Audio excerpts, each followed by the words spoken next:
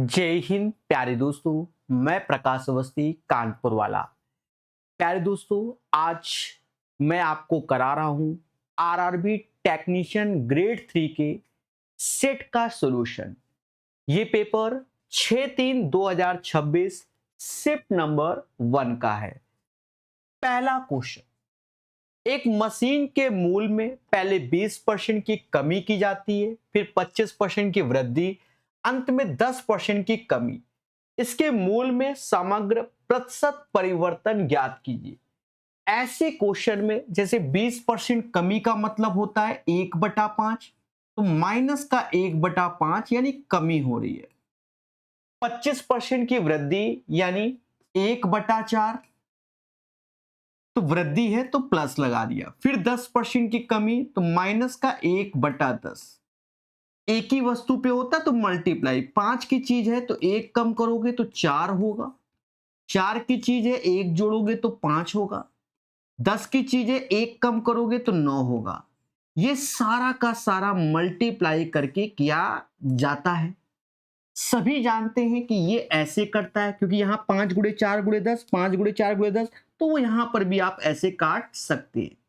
यानी 10 और 9 का रेशियो, 10 की चीज अगर 9 में है तो 1 का लॉस हुआ आउट ऑफ 10 गुणे 100, यानी माइनस का 10%, यानी 10% की कमी हो जाएगी।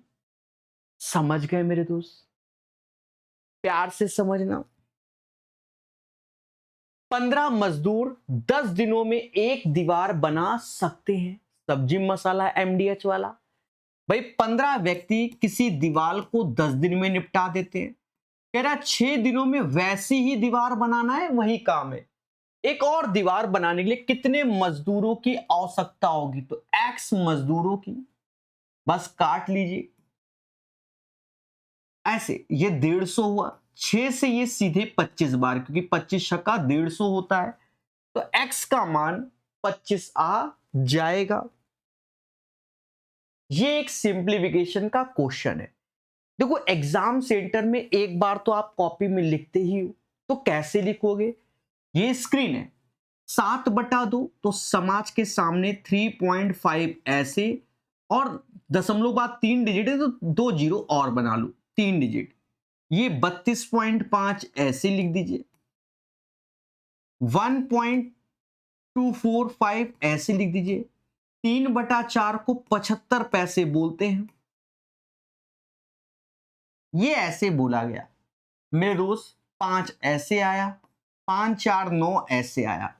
अब देखो 95 किसके लास्ट में? एक ही ऑप्शन है, बस यही टिक मारो, मुद्दा ही खत्म। तो ऐसे आप करना इस क्वेश्चन को। ए किसी कार को 5 दिन में निपटा देता है, अच्छी बात है। बी उसी कार को 50 दिन में निपटा देता है।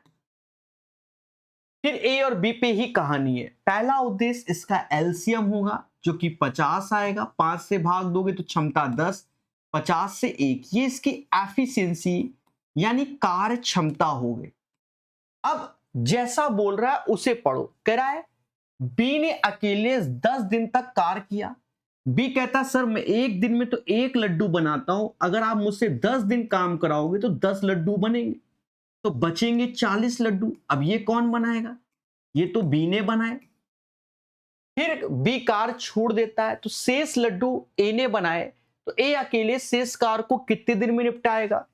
ए कहता है भैया मैं एक दिन में 10 लड्डू बनाता हूं, सर आप मुझसे 40 बनवाओगे तो 10 से भाग दे दो, तो 4 दिन में निपटा दूंगा। तो सही आंसर इसका 4 दिन आ जाएगा। है ना आसान? ऐसा क्वेश्चन रेलवे में पहले भी आ चुका है और मैंने ट्रिक बताया हुआ है कि इसको सॉल्व नहीं करना।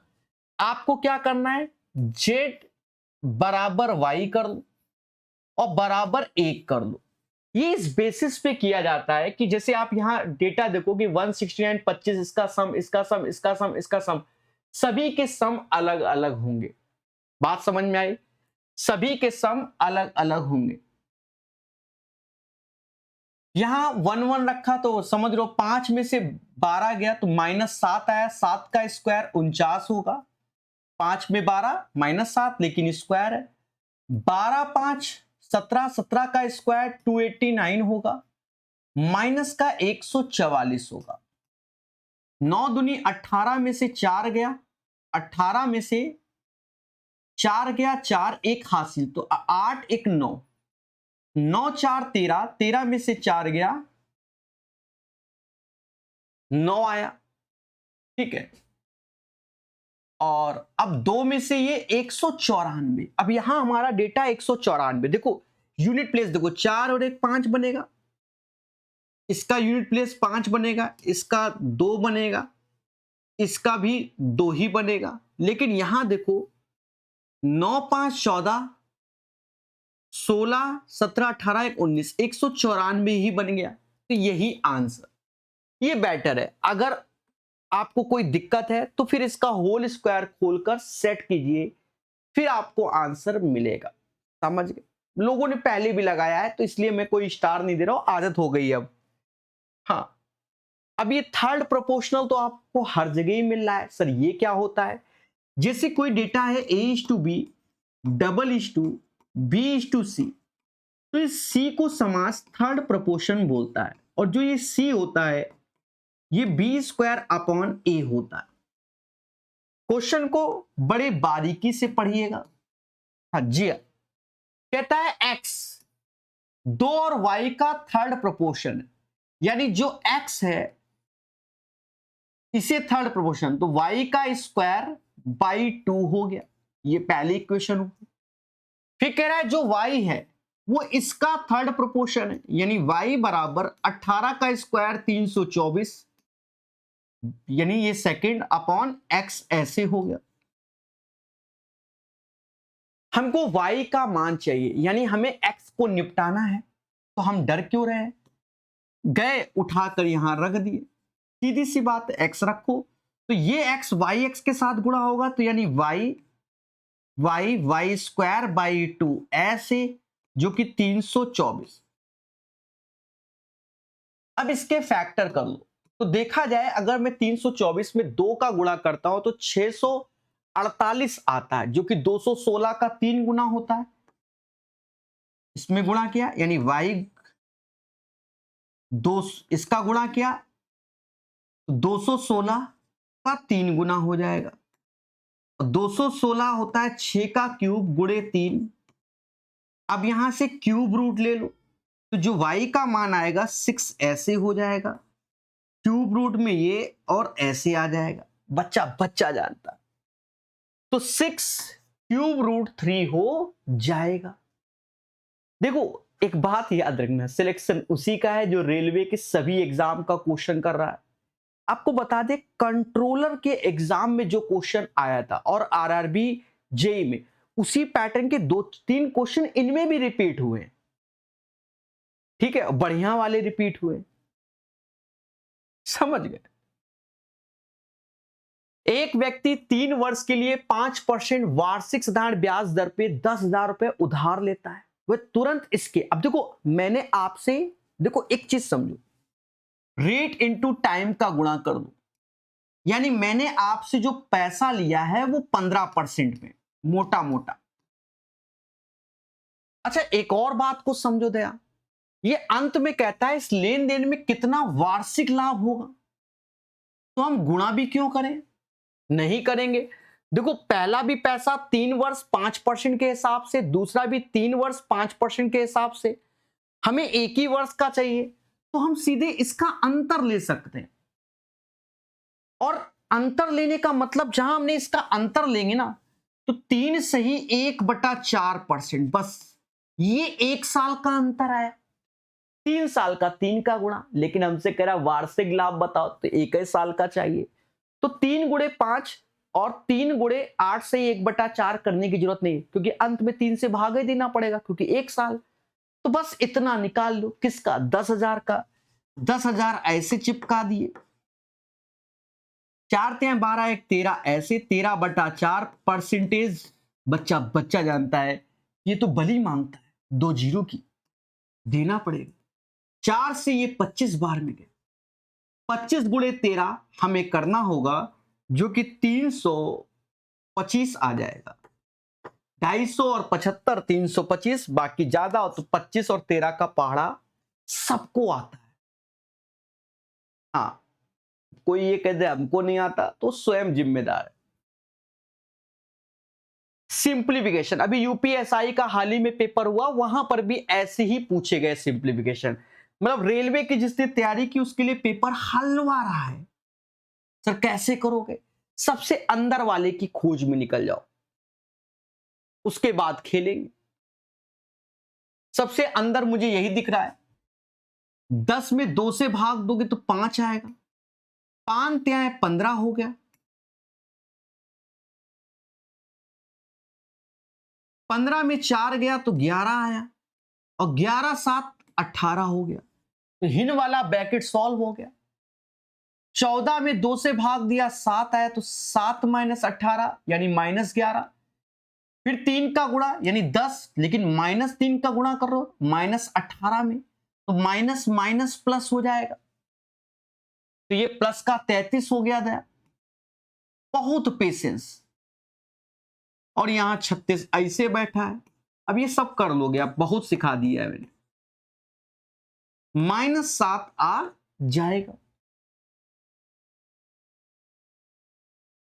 ये क्वेश्चन पढ़ते हैं, कहता ए बी सी डी एक काम को 12 15 20 30, अब इसका एलसीएम भी 60, सरल है भाई। ए किसी कार को 12 दिन में निपटा देता है, बी 15 दिन में निपटा देता है, सी 20 दिन में निपटा देता है, और डी 30 दिन में। पहला उद्देश्य इसका एलसीएम लोगे, तो समाज के लोगों ने कहा सर 60 होगा, मैंने भी स्वीकारा क्योंकि समाज कह रहा है। 12 से भाग दोगे तो 5, 15 से दोगे 4, 20 से दोगे तो 3, और 30 से दोगे 2। ये इनकी एफिशिएंसी आ गई। अब भाषा पढ़िए, सभी एक साथ कार शुरू करते हैं, लेकिन 2 दिन बाद डी ने काम छोड़ दिया। 5 4 9 10 11 14 लड्डू बनते हैं, यानी अगर चारों मिलकर काम कर रहे हैं तो 14 लड्डू बनते हैं एक दिन में। 2 दिन बाद डी कहता भैया हमें जाने दो, हमने कहा ठीक है, यानी 28 लड्डू बने, और ये 2 डेज में। इसमें ए बी सी डी चारों शामिल थे। अच्छा ये क्वेश्चन अब अच्छा क्वेश्चन है, मैंने अब आगे भाषा पढ़ ली तो ये अच्छा क्वेश्चन है, ध्यान रखना। अब मेन मुद्दा यहां से चालू होता है, सी काम को पूरा होने से 3 दिन पहले और बी काम को पूरा होने से 2 दिन पहले काम छोड़ देता है। देखो मैंने आपको 2 शब्द सिखाए हुए हैं, एक आफ्टर एक बिफोर। जब आफ्टर होता है तो हम घटा देते हैं जनरली, लेकिन जब बिफोर होता है तो हम प्लस, उसको जाने नहीं देते, शुरू से लेकर अंत तक काम करता है। 3 दिन पहले जा रहा है तो हम कहे भैया मत जाओ, तो कह रहा है सर जी मैं एक दिन में 3 लड्डू बनाता हूं, अगर आप मुझे 3 दिन रखोगे तो 9 लड्डू चाहिए। तो पहले तो हमारे सामने यहां पर 32 लड्डू हैं, इसका अंतर, लेकिन उसको शामिल रखना है तो 3 त्रिका 9 लड्डू की व्यवस्था करनी पड़ेगी, क्योंकि वो अब अंत तक चलेगा। बी कहता मैं 2 दिन पहले छोड़ दूंगा, तो बी एक दिन में 4 लड्डू बनाता है, अगर 2 दिन तो उसके लिए 8 लड्डू की व्यवस्था करनी होगी। अब देखो डी तो चला गया था, तो अब तीनों लोग हैं ए बी सी, क्योंकि ना मैंने बी को जाने दिया ना सी को जाने दिया। बात समझ में आए? तो अब ये तो शुरू से लेके अंत तक है ना, लड्डू बढ़ा दिए ना मैंने। 5 4 9 3 12, 12 से भाग दे दो, बस हो गया। तो कोई ना कोई कोर्स तो पढ़ ही रहे होगे मेरे ऐप में, प्रकाश सर मैथ ऐप में, तो ये सब सीखा होगा, ठीक है, ये सब सीखा होगा। 32 8 होता है 40, 49/12, 12 चौक 48 यानी 4, फिर 1/12। अब एक दिन में 24 घंटे होते हैं, क्योंकि ये डेज चल रहे हैं, तो 4 डेज तो ऐसे, अब एक दिन में 24 घंटे होते हैं, 24 घंटे बटा 12 यानी 2 घंटे, ये हमसे टोटल पूछा गया है, तो 4 2 6 घंटे। अच्छा क्वेश्चन है, 6 घंटे मतलब 6 दिन 2 घंटे, 4 2 6, 6 दिन 2 घंटे आंसर आएगा। समझ गए देवता? अच्छा क्वेश्चन है। एक क्लास में 46 लड़के 36 लड़कियां हैं, यदि लड़कियों की संख्या में क्रमिक रूप से 25%। उसके बाद देखो, अब ये सब पढ़ने पड़ते हैं, हमेशा नया क्वेश्चन बना रहा है। कह रहा बॉयज है 46, गर्ल्स है 36। अब देखो यहां नया बनाने की कोशिश किया उसने। कह रहा भैया यदि लड़कों की संख्या में सॉरी लड़कियों की संख्या में क्रमिक रूप से 25% और 20% की वृद्धि कर दी जाए। अगर मैं इसका 25% बढ़ाऊं, मोटा मोटा 25% मतलब होता है 1/4, समझ गए ना। तो 4 बढ़ाया तो यानी 9 बढ़ गए, इसका 1/4 क्या 9, तो अब ये 45 हो गए।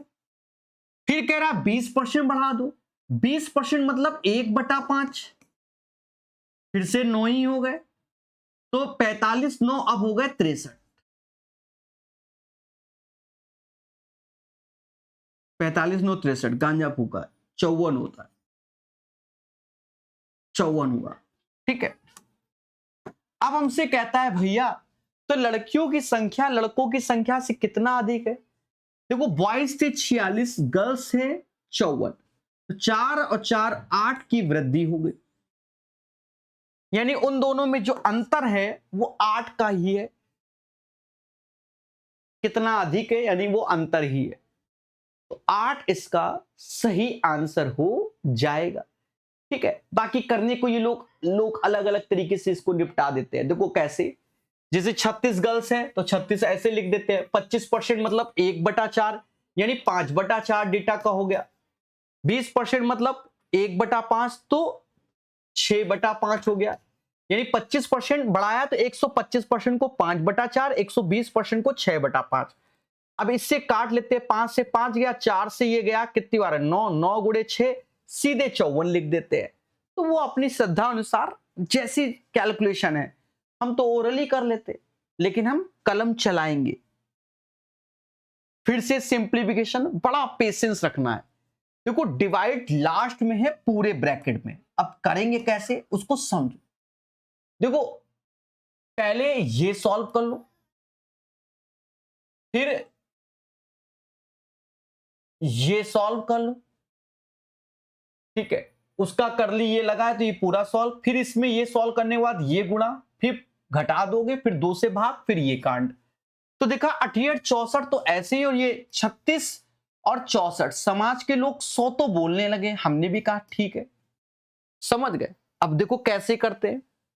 फिर हम गए यहां पर, हमने देखा पहले यहां इंटू लगाया इसलिए कोई दिक्कत नहीं, 4 में 2 से भाग दिया तो 2 आया, 2 आया। अब ये 6 हो गया क्योंकि इंटू ही लगा है, और यहां 6 हो गया, तो 36 दूना 72 ऐसे हो गया, माइनस ये 18 क्योंकि ब्रैकेट लगाया, 36 में 18 से भाग तो 2 आया, और ये 24 हो गया, तो ये माइनस का 26 हो गया। और उसके बाद कह रहा है प्रभु 2 से भाग दो, 72 में 26 गया तो 46 आया, और 2 से भाग दोगे तो 23 आएगा, और 100 के साथ 23 जोड़ दोगे तो 123 हमारा सही आंसर। लेकिन इतना आसान नहीं, अगर आपने बहुत प्रैक्टिस की है बहुत स्मूथ वे से तो ये सरल है, अदरवाइज खेल जाओगे, कुछ ना कुछ गलत कर ही आओगे। हां, शरत और आदर्श की आयु का योग 36 वर्ष है, बहुत अच्छी बात है। 2 लोग रहे, शरत और आदर्श, कह रहे हमारी आयु का योग 36 वर्ष है। हमने कहा ठीक बा। कह रहा है वर्तमान से 2 वर्ष बाद शरत की आयु आदर्श की आयु की 3 गुनी यानी 3:1 हो जाएगी। अच्छा एक बात को समझना, जैसे हम और आपकी आयु का योग आज की डेट में 36 साल है, अगर 2 साल बाद मैं कहूं तो 40 हो जाएगी, सर 38 होगी। अरे हम 2 साल बड़े होंगे तो क्या आप बड़े नहीं होंगे? बोलो बोलो। यानी 2 साल बाद अगर बोला जा रहा है तो 2 शरत के भी बढ़ेंगे और 2 आदर्श के भी बढ़ेंगे, समझ गए ना, 40। क्लियर? और मेरे देवता ये 4 बराबर 40 के तो 1 बराबर 10 के हो गया। यानी शरत आज 30 साल के हैं और आदर्श 10 साल के। हमसे कह रहा शरत की वर्तमान आयु, तो 2 साल बाद 30 के तो प्रेजेंट में 28 के हैं। 2 साल बाद 30 के हैं तो प्रेजेंट में 28 के हैं। 28 is the right answer. Clear मेरे दोस्त? चलिए आगे देखेंगे। 3 संख्याओं का औसत 20 है। पहली 2 संख्या 11, 22, तो तीसरी क्या? अब देवता 3 संख्याओं का औसत 20 है, तो 20 का 3 गुना कितना होगा? 60 होगा। -11 -22 ऐसे होगा। 60 में 33 घटा दोगे 27 आंसर आ जाएगा। ये ओरल हो जाता। पेपर में ये एक लौता ऐसा क्वेश्चन है जिसको नहीं अटेम्प्ट करना था पेपर टाइम। मैं तो अभी करूंगा और प्रॉपर बताऊंगा। सर ऐसा क्यों कह रहे हो? अभी समझ जाओगे। ये सिर्फ कैलकुलेशन के कारण मैं 3 स्टार रेटिंग दे रहा हूं। हाँ, अब यहां पर 11 का मल्टीपल से काम नहीं चलेगा। असल बात यह है, थोड़ा पेशेंस समझना। यदि किसी बेलन का पार्श्व पृष्ठीय क्षेत्रफल, पार्श्व पृष्ठीय क्षेत्रफल मतलब कर्व सरफेस एरिया, जिसे कहते हैं 2 पाई आर एच, जो कि 140.1 है। उसकी ऊंचाई यानी हाइट हमको दे दी गई है 3 है। फिर कहता है इसका आयतन ज्ञात कीजिए। आयतन बेलन का क्या होता है? तो किसी ने मुस्कुराया, कहा pi r square h. Sir solve कर लीजिए। हमने कहा बिल्कुल करेंगे। अच्छा एक चीज देखो, अगर मैं इसमें ये कर दूं कि पाई आर एच ऐसे कर दूं और आर ऐसे, तो क्या किसी को कोई तकलीफ? सर बिल्कुल तकलीफ नहीं। अच्छा अगर मैं यहां पर 2 से गुणा कर दूं, 2 से भाग, तो क्या कोई तकलीफ? सर बिल्कुल तकलीफ नहीं। अच्छा फिर देखो, कहीं तो होगी तकलीफ। अगर मैं इसकी जगह ये वैल्यू रख दूं तो क्या कोई तकलीफ? 140.1, कोई तकलीफ? सर कोई तकलीफ नहीं। r/2 हम निकाल के रख देते। समझ गए ना भाई? इसकी जगह तो ये चलेगा, यहां मुद्दा है। अब यहां देखो, देखो 2 ऐसे पाई की वैल्यू हमको 3.14 ही रखना है। r निकालना है, h हमारा 3 है जो कि 140.1 है। जो काट सको वो काट लो, और कुछ और लेते हैं, काटो। कुछ चीजें कट रही हैं, जैसे यहां पर 3 से ये डेटा जा रहा है, 3 चौको 12, 12 फिर 20 हो गया, 20 हो गया, छत्रिक 18 फिर 21 हो गया।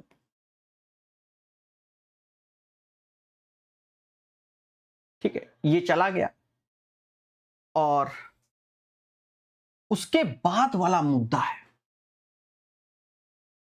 यहां पर। अगर मैं ये देखूं तो R का मान आ रहा है 46.7 नीचे। ठीक है, अब r/2 सीधे निकाल के रखने जा रहा हूं मैं, थोड़ा सा ध्यान रखना। तो मैं क्या करूंगा, ये वैसे चलो मैं लिख देता हूं ना, 6.28 ऐसे आएगा, लेकिन r/2 चाहिए। 2 से यहां भाग दिया तो 2 का यहां गुणा किया, 2 का यहां गुणा करने का मतलब 12.5 है। अब यहां भाग दो तो देखो बार, अगर ये 12 चौक 48, ये कम है, यानी यहां पर 3 पॉइंट समथिंग में जाएगा। तो थोड़ा सा हम समथिंग भी निकाल लें, क्योंकि आंसर ऐसे सेट है कि अगर हमने सावधानी हटाई सब गलत हो जाएगा। दशमलव हटाओ, ये हटाओ, ये 0 लगाओ। समझ गए ना? तो समझ गए होगे। तो 4670 ऐसे, 1256 ऐसे, 3 बार में तो जाना ही जाना है, 6×18 ऐसे, 125 375 और 76, 02 ऐसे, 16 में से 7 गया 9, फिर 0, 12 7 84, यानी ऐसे दशमलव आएगा ना, फिर वो 0 हमने बढ़ाया ना, दशमलव लेना पड़ेगा। यानी ये वैल्यू 3.7 समथिंग समथिंग। देखो कैलकुलेशन करना पड़ेगा। अगर मैंने क्या कहा, 3 स्टार क्वेश्चन है, कैलकुलेटिव है, अप्रॉक्स ज्यादा की ओर जाओगे तो आंसर में, अब यहां 3.7 चलेगा, हमारा 3.7 चलेगा। अब इसका इसमें गुणा कर दो, तो अब ये 37 का गुणा करना आसान है। 37 बन जा 37, तो ये ऐसे ही आ जाएगा, वो दशमलव मेंटेन कर लेंगे, 37 बन जा 37 आ जाएगा। फिर 37 चौका तो 74 दूना 148 हो जाएगा, तो 8 ऐसे 14 हासिल, और फिर 37 7 4 11 3 1 4 1 5 518.37 समथिंग, थोड़ा सा एक्स्ट्रा, थोड़ा सा एक्स्ट्रा, तो एक्स्ट्रा में डी आंसर की ओर जाओगे। हाँ, क्योंकि भी 570 इतना एक्स्ट्रा में नहीं, 1-2 रुपया का एक्स्ट्रापन, तो ये बिल्कुल एक्यूरेट निकाला। समझ गए? अब कुछ बच्चे अगर धरने में बैठ जाएंगे सर पूरा एक्यूरेट, तो मेरे दोस्त कैलकुलेटर लेना, ठीक है, कैलकुलेटर लेना, 140.1 लिखना और 46.7 और 12.56 से भाग, मतलब गुणा करके भाग देना, आपका बिल्कुल एक्यूरेट 520.91 आंसर आ जाएगा। तो ये क्वेश्चन एग्जाम में थोड़ा सा छोड़ना था, अंत में समय है तो कीजिए, ठीक है। मैं ओपन बोलता हूं, एक दुकानदार पंखे का मूल्य उसके लागत मूल्य से 36% अधिक अंकित करता है और अंकित मूल्य पे 25% छूट देता है और इतने का लाभ कमाता है, तो पंखे का अंकित मूल्य क्या है? अब देखो ये क्वेश्चन पहले भी कई बार आया और मैंने हमेशा बेसिक से बताया, आप ऐसे कीजिए सीपी, एमपी और एसपी से, हमेशा बेसिक से बताया। 36% अधिक अंकित करता है, 36% मतलब 36/100 यानी 9/25, यानी 25 की चीज वह 34 में छाप देता है कि भैया हम 25 चीज 34 में बेचेंगे, और फिर अंकित मूल्य पे 25% की छूट देता है।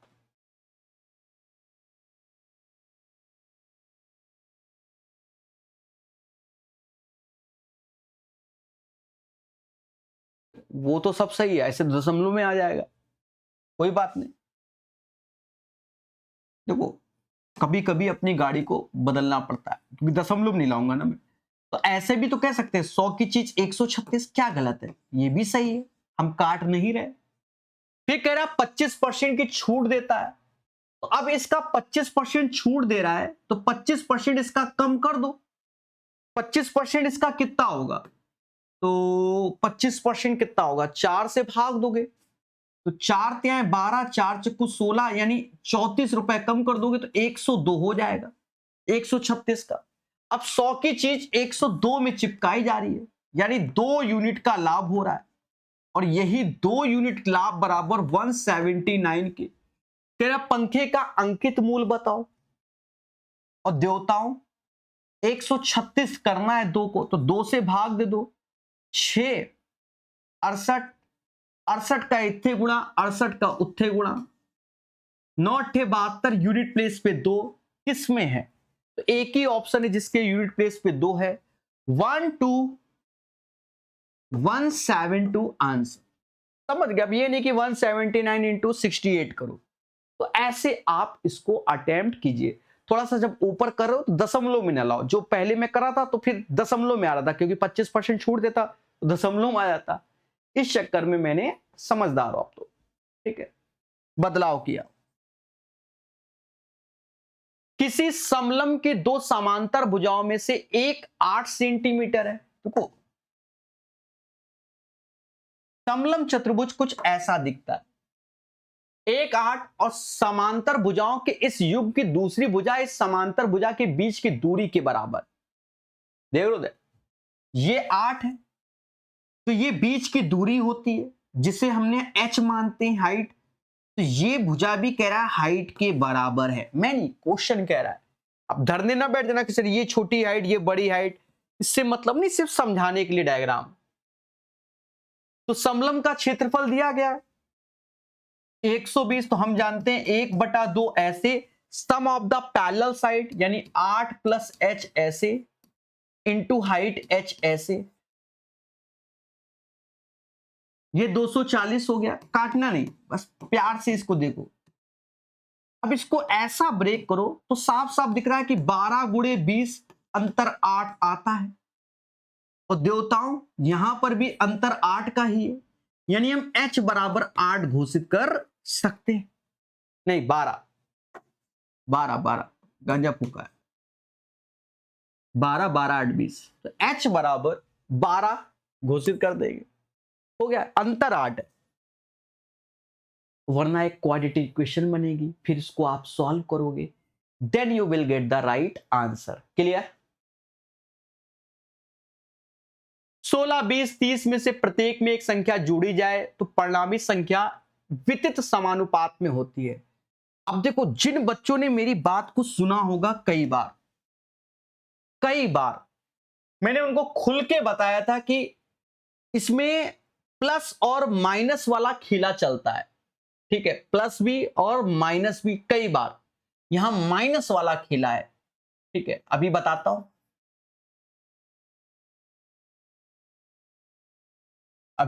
हूं, देखो, मैंने जब भी क्वेश्चन कराया, जैसे कराया, मैं सीधे सिखाता हूं। यहां पर ये कह रहा है 16 20 30 हमारे continue proportion. Continue proportion means एक तरीके से जीपी होता है। जनरली हमें करना क्या होगा, पहले समझो कि 20/16 ऐसे, 30/20 ऐसे, दोनों में x को जोड़ना होगा,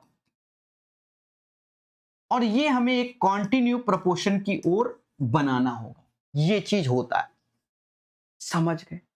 फिर इसको सॉल्व करोगे, x का मान निकलेगा, यही सिखाते हैं, ठीक है। और उसको यूज भी है तो इसलिए हटा नहीं रहे। अब यहां पर 16 20 ऐसे, क्योंकि 20 दो बार है, तो 20 और 30 ऐसे।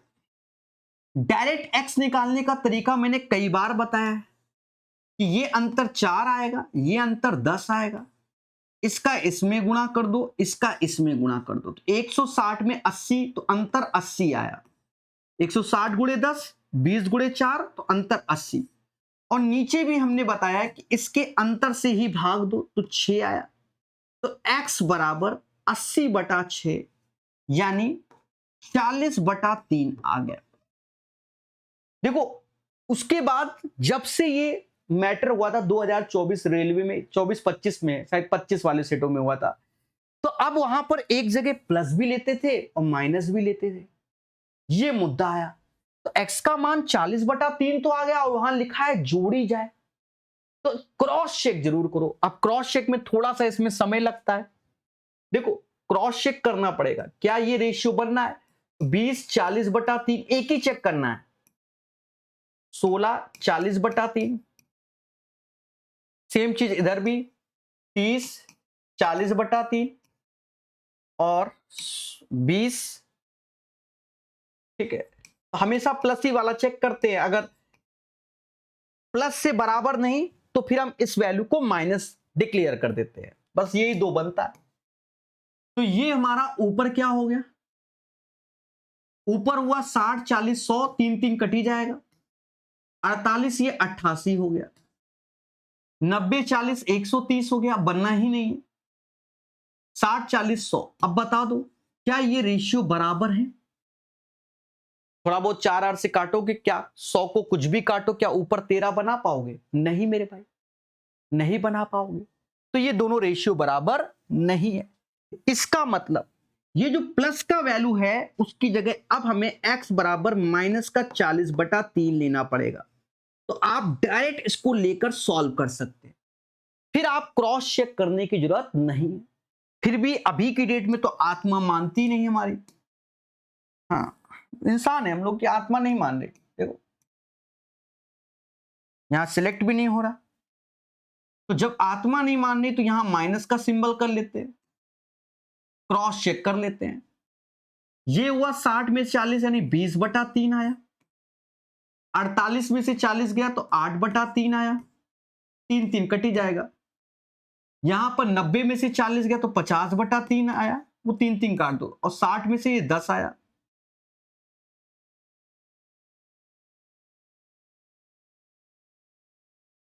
तो वो, एक सेकेंड,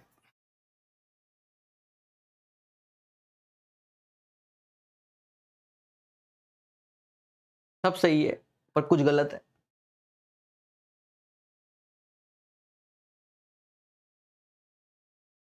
हाँ सही है, 20 में से 3 ये 20 आएगा, अभी गांजा फूका था, ये 60 हुआ ना। अब 20/3 को 5/4 कह सकते हैं भाई, 4 से गया 5 बार में, 4 से गया 2 बार में, 5/2, और यहां पर भी 5/2, यानी LHS RHS के बराबर हो गया। तो दैट्स वाई यहां पर जो हम वैल्यू लेंगे मेरे दोस्त, वो माइनस की लेंगे, ठीक है। तो मैंने पहले भी कई बार बताया, यहां थोड़ी सी फ्रैक्शन में है तो कैलकुलेशन आपको दिख रहा है, वरना इतना होता नहीं है, ठीक है। हाँ, जो कल को कह दो सर्वाइव दिस स्कूल, बहुत सरल हो जाता है। अब आगे हमसे कह रहा है परिणामी संख्याओं में सबसे बड़ी सबसे छोटी के बीच माध्य अनुपाती बताओ। तो सबसे बड़ी और सबसे बड़ी ये होगी, सबसे छोटी ये होगी, लेकिन इसमें जो बड़ी है उससे 16 - 40/3 ये सबसे छोटी होगी, और 30 + 40 बटा, और इसका मीन प्रोपोर्शन चाहिए, ऐसे करना पड़ेगा। यहां देखोगे 16 × 48 में से तो ये 8/3 हो गया, ये 90, ये 130,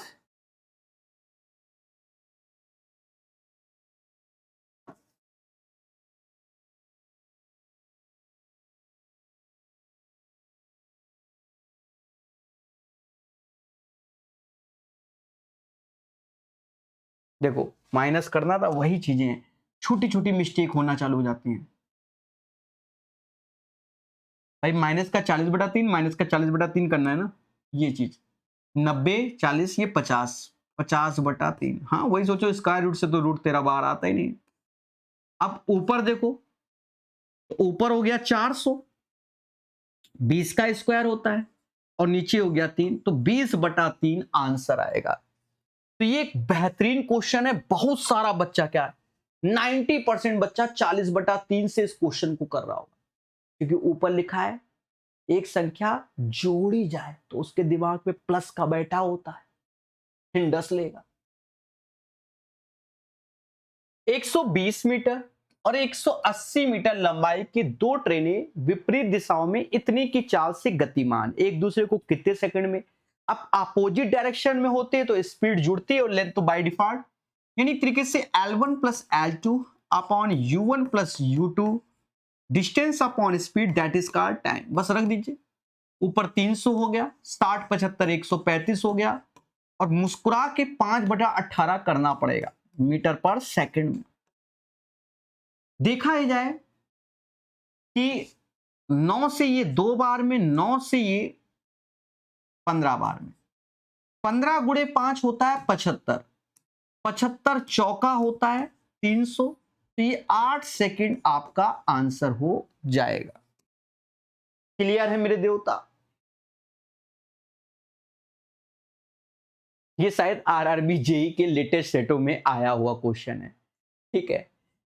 एक बिक्री के दौरान 50% माल 40% लाभ पर बेचा जाता है और शेष 40% 13% लाभ पर, शेष माल इतना। देखो हमने हमेशा आपको सिखाया है क्या, देखो क्या सिखाया है, ये जो 50% है इसकी वैल्यू 1/2 होती है, शेष 40% की वैल्यू 2/5, तो नीचे जो 5 और 2 है उसका मल्टीप्लाई कर दो, तो आपने 10 यूनिट मान लिया। बढ़िया क्वेश्चन है, वैसे करोगे तो फंसोगे। 10 यूनिट आपने बोल दिया। अब पढ़ते हैं, कह रहा है इसका 50% माल यानी 5 यूनिट 40% लाभ पर, यानी इसका 40% लाभ हो गया। शेष माल का 2/5, तो शेष कितना बचेगा 5 यूनिट, और इसका 2/5 तो वो 2 यूनिट होगा, वो 13% लाभ पर हो गया, 13% लाभ पर हो गया, और शेष माल का 32% हानि पर, तो शेष यानी 3 और 32% हानि यानी माइनस का 32 हो गया। समग्र का पूछा गया, अब करना क्या है वो आप समझ रहे होंगे। देखो ये 5 हो गया, ये 2 हो गया, ये 3, गुणा कर लो, ये आ गया 200 आ गया, 13 दूनी 26 आ गया, 32 त्याएं 96 आ गया। तो ये ओवरऑल पर, लेकिन ये 10 यूनिट पर है तो हमें तो 1 यूनिट पे निकालना होता, 10 से भाग देना पड़ेगा, वही प्रॉफिट होगा। यहां पर देखोगे तो ये हमारा 70 आया, 200 में गया तो ये 30 आ जाएगा, 130 आ जाएगा बटा 10, 13% ओवरऑल हमको क्या होगा, लाभ होगा। ऐसे करके हमने बहुत प्यारा सिखाया हुआ है। 10 यूनिट पे 130 यूनिट का प्रॉफिट है, समझे नहीं? तो 100% हर चीज होती है, 100% मतलब 1 यूनिट, तो 10 से भाग दोगे, दैट्स व्हाई। समझ गए? इंपेरिकल फॉर्मूला हर बच्चे को अब आता है, और जिसको नहीं आता छोड़ दो, पेपर देना, तैयारी भी मोह माया है। हाँ, अब ये इंपेरिकल फॉर्मूला ही नहीं याद करोगे तो फिर तो हो गया आपका। रेलवे में सबसे ज्यादा पूछा गया क्वेश्चन इस फॉर्मूले पे होता है, माध्य इतना, माध्यिका इतना, तो ये 44 दिया गया और ये कह रहा भैया 48.5 है, ये 132 हो गया, 4 तिहाई 12 32, ये 48 गुना 96 और 1 97, यूनिट पे 5 ला रहा है लेकिन 2 ऑप्शन है, तो ऑप्शन 12 में से 5 गया, 12 में से 7 गया तो 5 आया, और फिर 12 में से 9 गया तो 35 आ जाएगा। वैसे भी मुझे दिख रहा था इसमें 3 जोड़ोगे तो 100 होगा, 32 ये तो 35 ही आएगा। देखो 25 में मार रहा हूं, इसे कहते हैं नशेबाजी। समझ? किसी संख्या के 1/3 में, तो कोई संख्या x होता है, उसका 1/3 x/3 होता है। कह रहा 87 जोड़ दो, 102 पा लोगे। हमने कहा ठीक बा। तो हम ये भी कह सकते हैं x/3, इसको घटा दिया तो 20 आया, गुणा कर दोगे तो x बराबर 60 आ जाएगा। लेकिन आगे हमसे कह रहा है मूल संख्या के अंकों का योग चाहता है, तो 6 + 0 तो 6 आंसर आएगा। अंकों का योग, संख्या तो 60 होगी दया, उसके अंकों का योग तो 6 हो जाएगा। 314 सेंटीमीटर स्क्वायर पृष्ठीय क्षेत्रफल वाले किसी गोले की त्रिज्या ज्ञात करो। देख लो, लेकिन कह रहा पाई को ये मानोगे। हाँ, तो गोला पृष्ठीय क्षेत्रफल यानी 3πr² बराबर हमको 314 दिया गया।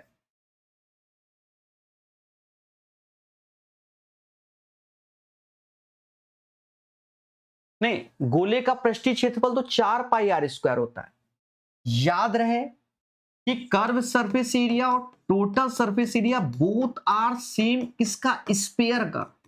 गोला स्फीयर होता है, ठीक है। पहले हमने अर्धगोला हेमीस्फीयर लिखा, अब कर लेंगे 4 ऐसे। पाई को कह रहा भैया 3.14 लिखो प्रकाश सर, हमने कहा ठीक बा। 314 ऐसे देखो, दशमलव इससे सीधे ये 100 बार में गया। 4 से भाग दोगे तो r² बराबर किसके, 25 के। r बराबर 5 सेंटीमीटर में ही ऑप्शन है तो 5 है। का मान ज्ञात कीजिए। देखिए ऐसे क्वेश्चन को मैंने सिखाया है कि जिन क्वेश्चन में कॉसेक और सेक, ये बहुत बार आया हुआ क्वेश्चन है, तो थीटा बराबर 45 डिग्री रखकर सीधे आंसर निकालते हैं। जब भी क्वेश्चन में आपको कॉसेक और कॉट दिख जाए, याद रहे denominator does not equal to 0, तो उसका हर तो है ही नहीं, सॉल्व नहीं करना। थीटा बराबर 45, tan 45 1 होता है, cot 45 1 होता है, sec 45 √2 स्क्वायर करोगे 2 2, 4 से ये 4 गया, 2 आंसर। ऐसे क्वेश्चन एसएससी में एक जमाने में मेंस में भी आते थे। अब देखो एसएससी मेंस भी बहुत हलवा है मेरे भाई, ठीक है। रेलवे का कंपटीशन नहीं कर सकते हो, अब रेलवे में भी अच्छे क्वेश्चन आते हैं।